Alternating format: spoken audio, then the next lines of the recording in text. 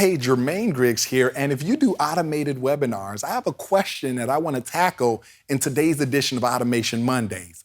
Should you do just in time or should you do future scheduled webinars? Up next.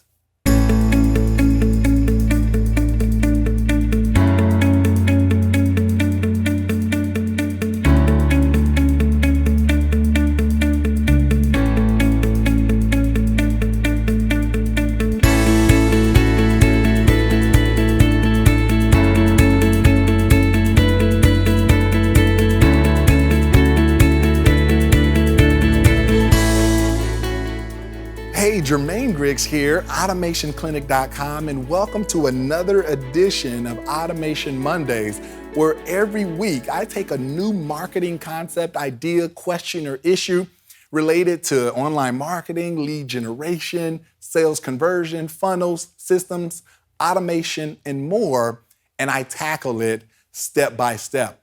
And in this episode, I want to go really specific. This is for people who either do automated webinars or considering automated webinars. And the question I have for you is this: is just in time better than future scheduled webinars? And I've got real data and research from just tons of tests that I've done in the marketplace, not only here on the Automation Clinic side of things, but on the Here and Play side of things. So let's go to the whiteboard. And I'm going to call this AM for automated, actually AW, automated webinars. And what we're talking about is JIT, which is just in time, versus, let's just say, FS, future scheduled. And what this means is, right, we're on the premise that the webinar is already automated. You've recorded it, and whether you've done the webinar live the first time and interacted with people, you've taken that recording, and now you've thrown it into EverWebinar, which is a very popular automated webinar platform that will play your webinar around the clock in one's local time zone. So if they're in the US, you could choose to play the webinar from 8 a.m. to 9 p.m., depending on when they sign up and what your schedule details. And if they're in Australia, while you're asleep, if it's 8 a.m. to 9 p.m. in Australia, it'll play it for them. So the end result is this webinar is playing globally around the clock, right? And there are other platforms as well, depending on whether if you use Infusionsoft or not. But EverWebinar is what I've been using. And just in time, JIT, means when the person hits your webinar page, the webinar just happens to be starting, right? And you can round up to the nearest 15. So that would be like 9 a.m., 9:15, 9:30, 9:45. You can round up to the nearest half hour.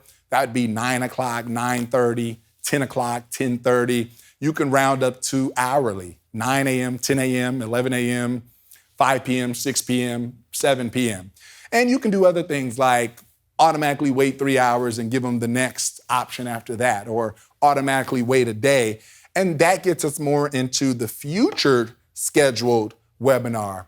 And what the idea was, this was the more popular option, I'd say, a few years ago, because the psychology was, well, we need to remind people. So we don't want to have people get on today. We want to block today. And some people would even say, we want to block tomorrow. Because EverWebinar lets you set up these advanced types of schedules. I could say block the same day and tomorrow and only show them options for 2 days from now. So if today were Monday, I can show people Wednesday at 11 a.m. we're doing our next webinar. It's still automated, but it's in the future. And the concept was we can send follow-up reminders. And we can send a reminder 12 hours from webinar. We can send a reminder 6 hours. We could send a same hour reminder, and we can even send a 15-minute reminder. And the idea, what we're banking on, is that more people would show up here, right?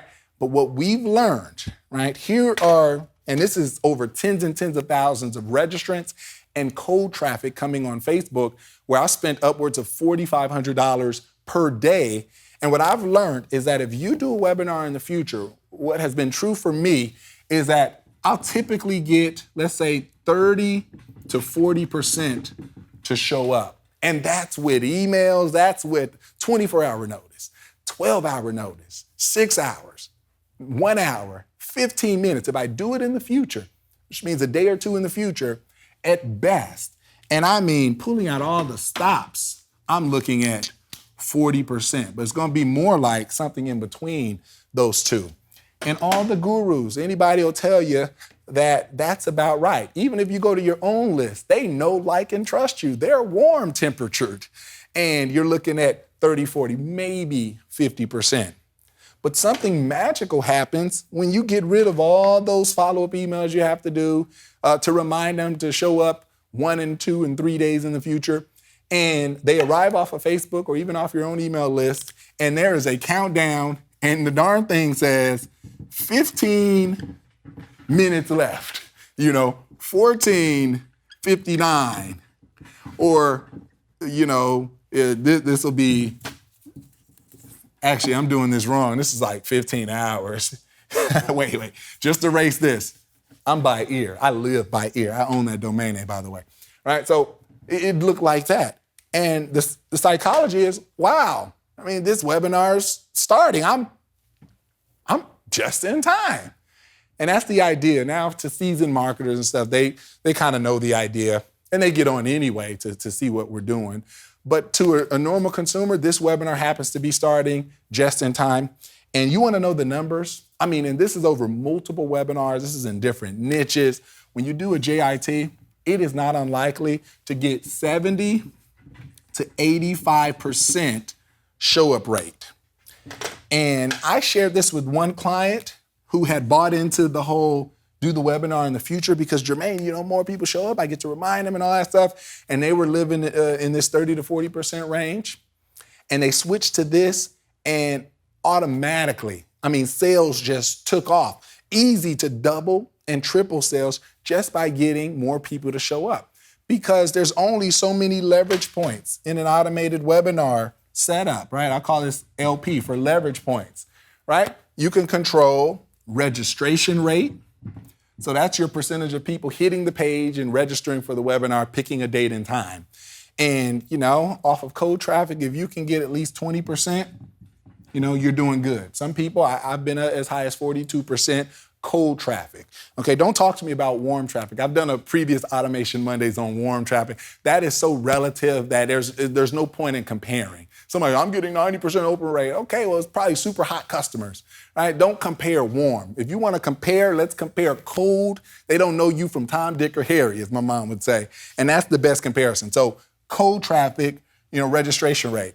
Another thing that you can control and try to increase, right, and optimize is attendance rate. Let's just call that AR. And that's where these figures come from, right?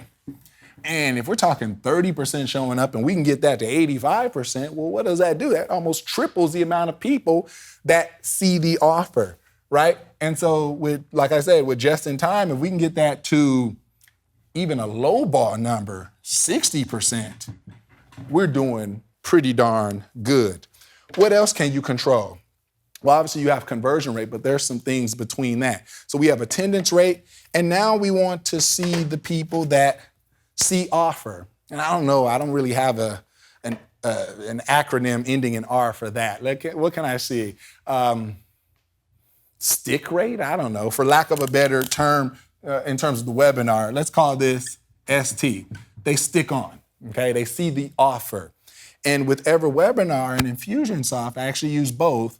We're tagging people. So we actually know this data. We're tagging who stays at an hour and 15, which is where I reveal the offer, I reveal the price. They're given a tag inside of my CRM, my contact relation management system, and or customer relation management system. And I'm able to see what the percentage of, right? And, if you can get, out of 60% that are showing up, out of those, so that 100% whole, you get 30%, and don't quote me on that one. That one will be a factor of how well you do.